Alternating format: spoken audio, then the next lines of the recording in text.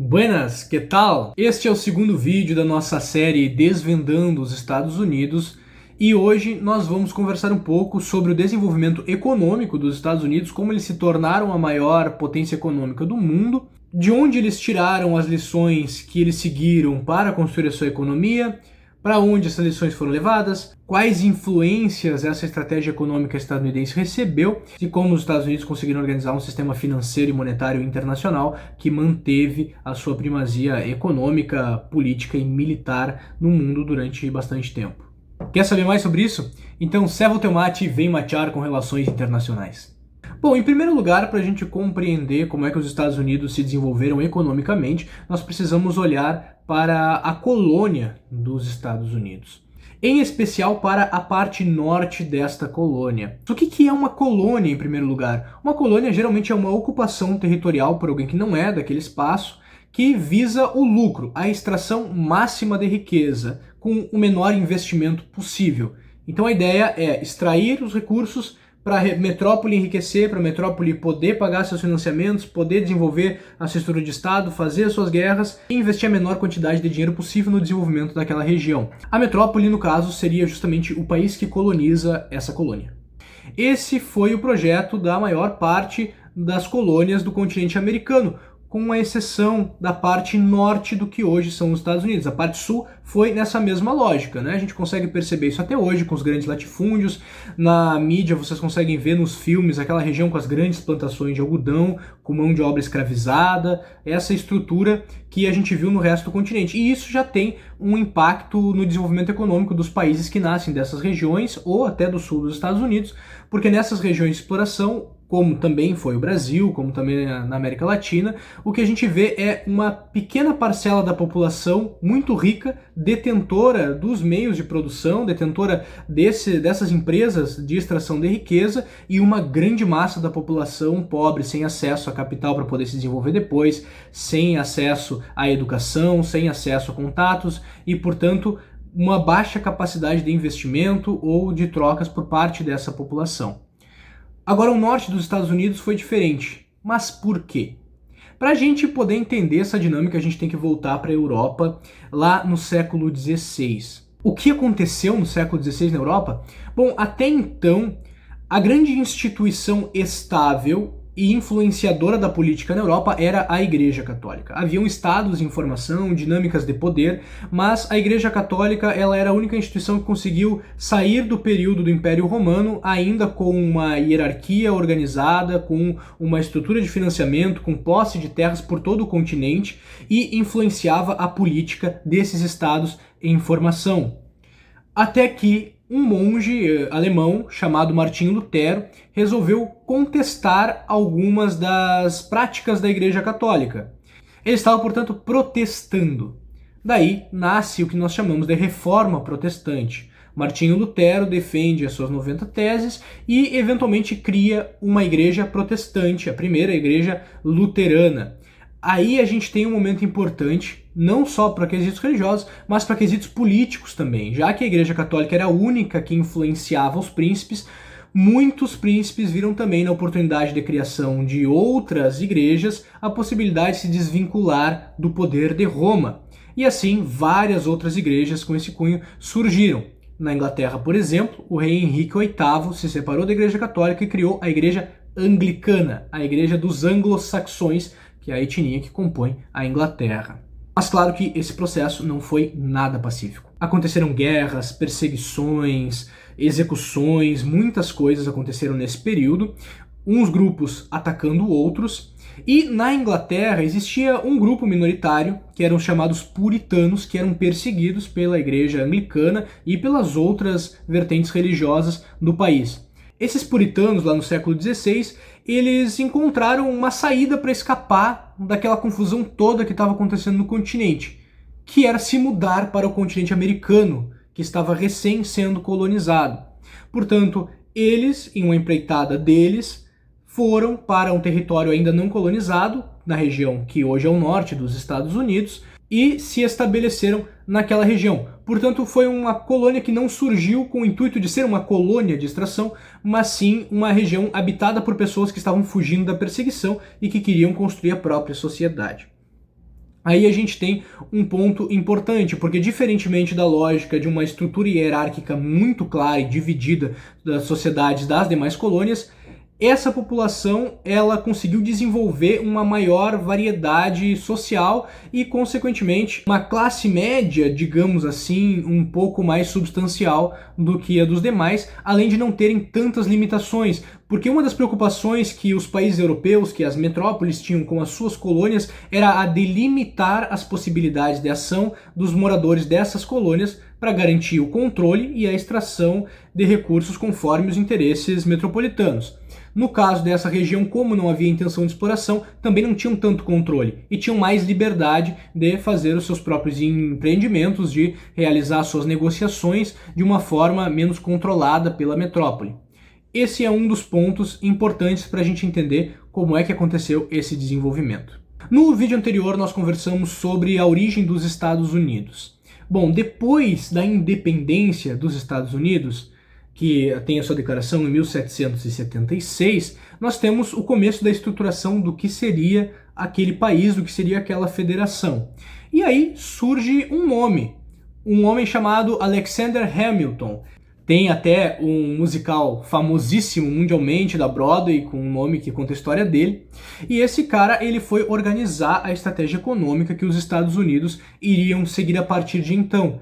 E ele foi buscar inspiração na Inglaterra. Isso porque, naquela época, a Inglaterra era a maior potência econômica do mundo, já com uma indústria desenvolvida e conquistando cada vez mais mercados. Então, Hamilton foi buscar inspiração lá para perceber o que os ingleses fizeram para chegar nesse ponto. E o que o Hamilton percebeu? Que durante muitos anos os ingleses eles não tinham capacidade de competir economicamente com os outros estados, nem mesmo na produção de alimentos. Existiam algumas leis, como a lei do milho, por exemplo, que só foi ser revogada na metade do século XIX, que impedia importação de milho para proteger os produtores locais. Ou seja, daí sai essa lógica.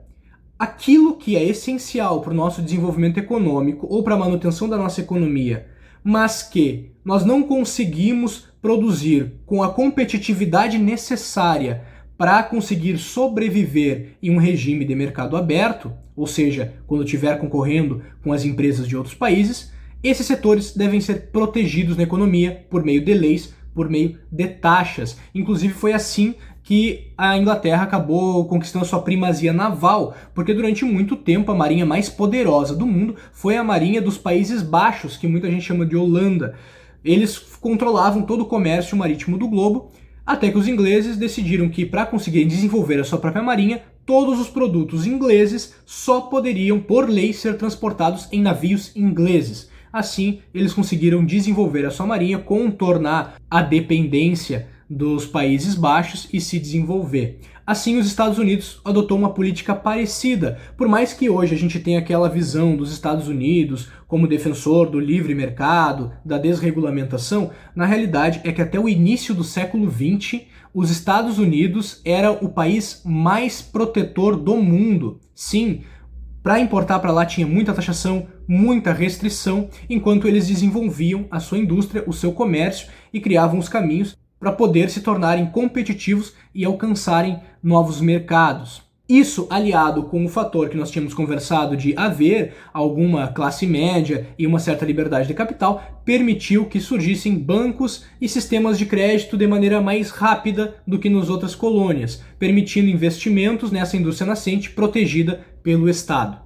Tornada uma grande potência, os Estados Unidos no início do século XX, nós partimos para um outro ponto muito importante, que foram as grandes guerras mundiais.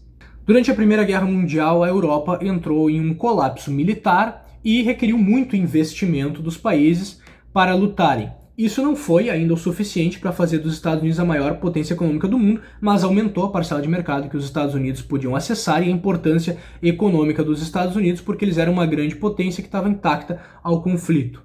Depois, com a Segunda Guerra Mundial, aí sim a coisa começa a mudar. A Europa, de fato, aí se envolve em um conflito em uma escala nunca antes vista, inclusive muito maior do que a Primeira Guerra Mundial. Os países europeus, as potências que eram metrópoles de muitas colônias, começam a não ter mais capacidade de manter essas colônias e inclusive começam a recrutar tropas nessas colônias, e durante uma boa parte do conflito os Estados Unidos permanecem fora dele, portanto sendo um provedor de bens para que os europeus pudessem comprar, ou também um credor para que os Estados europeus pudessem adquirir crédito para poder lutar a sua guerra. No fim, os Estados Unidos acabam se envolvendo, mas como eles estavam longe geograficamente, nós vamos conversar um pouco depois, em outro vídeo, sobre a geografia, sobre as questões de estratégia de política externa dos Estados Unidos, e isso tem tudo a ver também com a inserção militar, né? Por conta da sua geografia, os Estados Unidos estavam bastante isolados e não sofreram ataques em seu próprio território. Portanto, o país pôde se manter se desenvolvendo, se manter intacto, enquanto os outros países, sim, esses se prejudicavam muito com o conflito e ficavam mais dependentes dos Estados Unidos.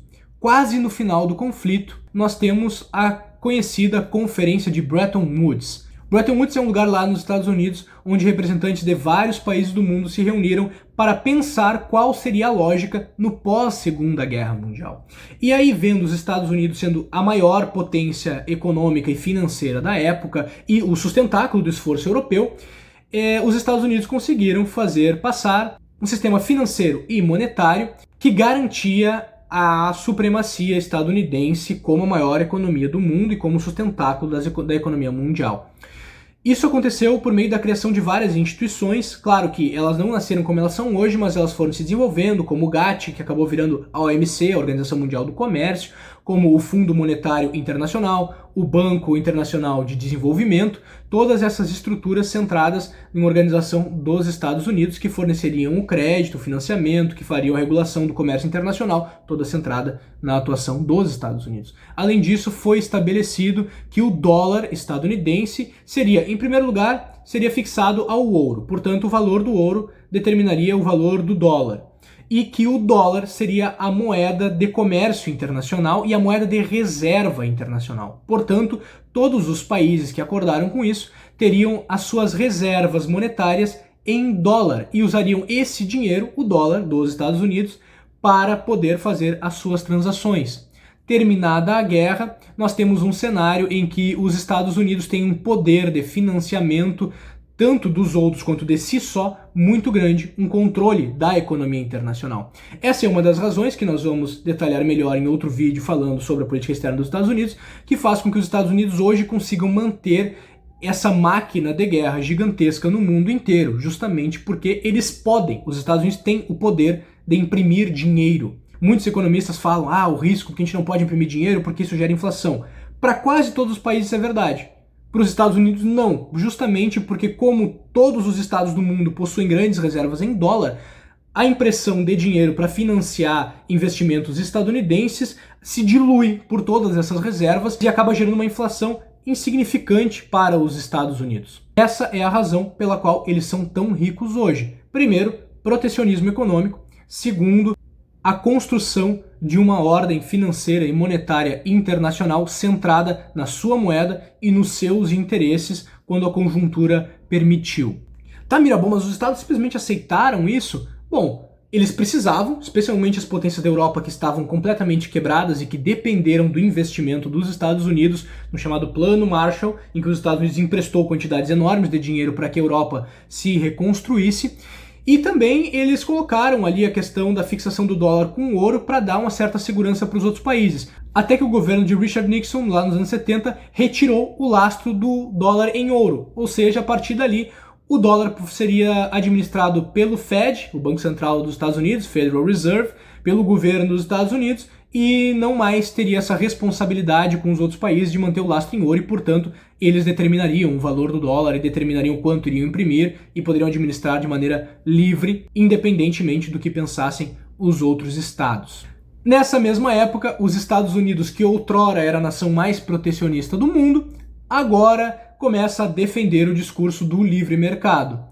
A partir do final da Segunda Guerra Mundial, os Estados Unidos começam a defender que as economias do mundo se abram. Claro, agora os Estados Unidos já tinham as suas indústrias desenvolvidas e capazes de competir internacionalmente. Logo, se os outros países abrissem as suas economias, eles não teriam capacidade de competir com as empresas estadunidenses e os Estados Unidos iriam conseguir expandir ainda mais a sua economia e a sua indústria pelo mundo. Isso ficou muito claro durante os anos 90, quando houve o Consenso de Washington, que foi um plano criado por Washington para que os países da América Latina seguissem, que foi apoiado por muitos governos da América Latina e que muito contribuiu para a quebra industrial, hiperinflação. Quando eu falo quebra industrial, eu falo desindustrialização mesmo. Muitos de vocês certamente perceberam a diminuição de indústrias no Brasil nessa época, considerando antes dos anos 90, depois dos anos 90, sentiram o peso da hiperinflação.